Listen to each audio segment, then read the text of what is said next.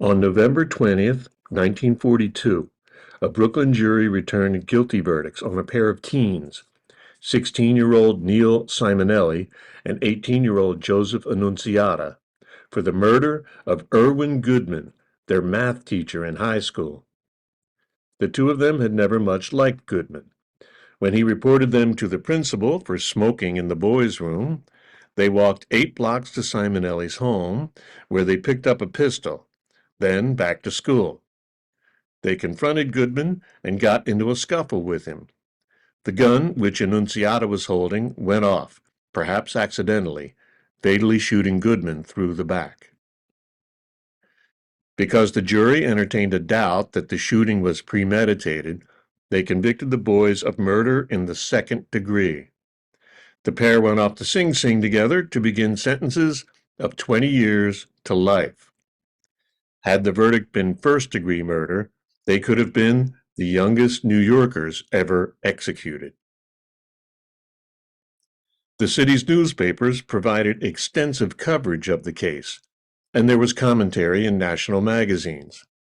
What fascinated them all, beyond the crime itself, was the boys' lifestyle and attire. Uniformly, the press described Simonelli and Annunziata as jitterbugs, zoot suit youths, and zoot suit killers. Whether or not anyone in the press had actually seen Simonelli and Annunziata wearing zoot suits was a moot point.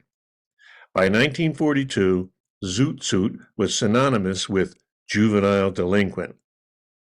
What the black leather jacket and the hoodie have been to later generations, the zoot suit was to the World War II years. When the zoot suit first appeared, it was associated mostly with black youth dancing the jitterbug in neighborhoods like Harlem. It consisted of an outrageously outsized jacket with super wide padded shoulders that hung down to the knees and the fingertips. The pants were exaggerated as well, ballooning and deeply pleated, then pegged tight at the ankles. A broad-brimmed or pork pie hat, pointed or platform shoes, and a long watch chain completed the look. At first, it was seen as rather comical and harmless, just another example of young people going to silly, sartorial extremes.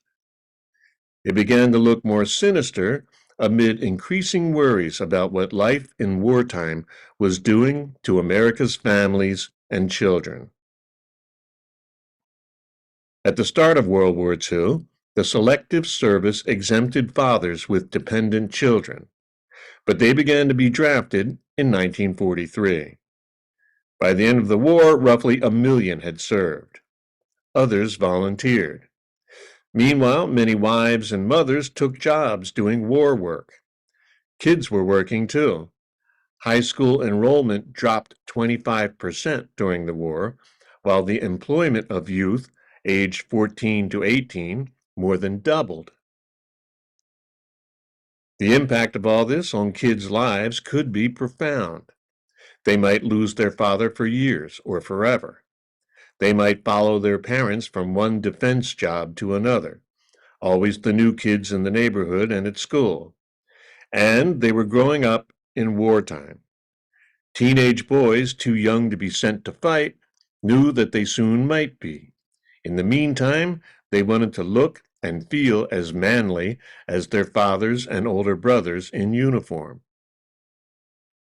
According to law enforcement, teenage gang activity and street fighting escalated during the war, and the violence grew more serious. Where teen gangs had formerly used fists and clubs, they now wielded zip guns and flick knives. Teenage girls, as well as boys, took to drinking, smoking, and sexual hookups in full eat, drink, and be merry mode.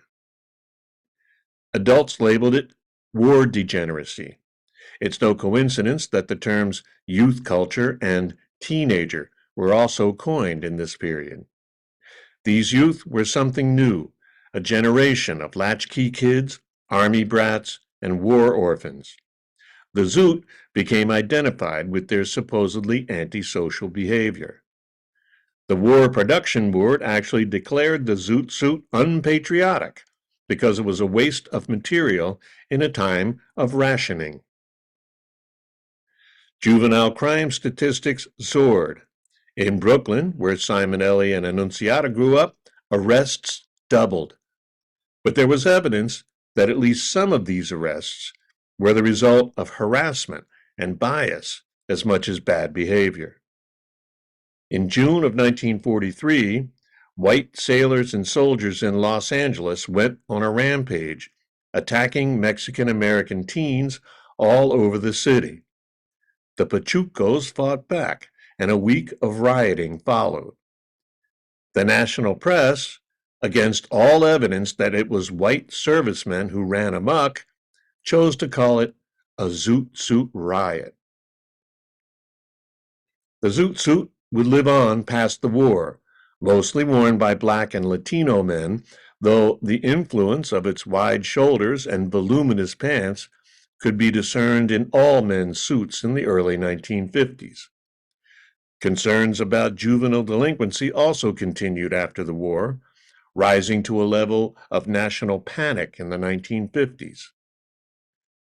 The story of the Zoot Suit killers lived on in its own way.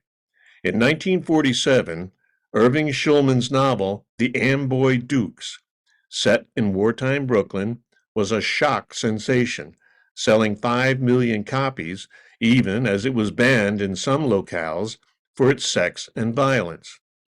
Shulman, who was from Brooklyn himself, obviously used Simonelli and Annunziata as the models for his lead characters.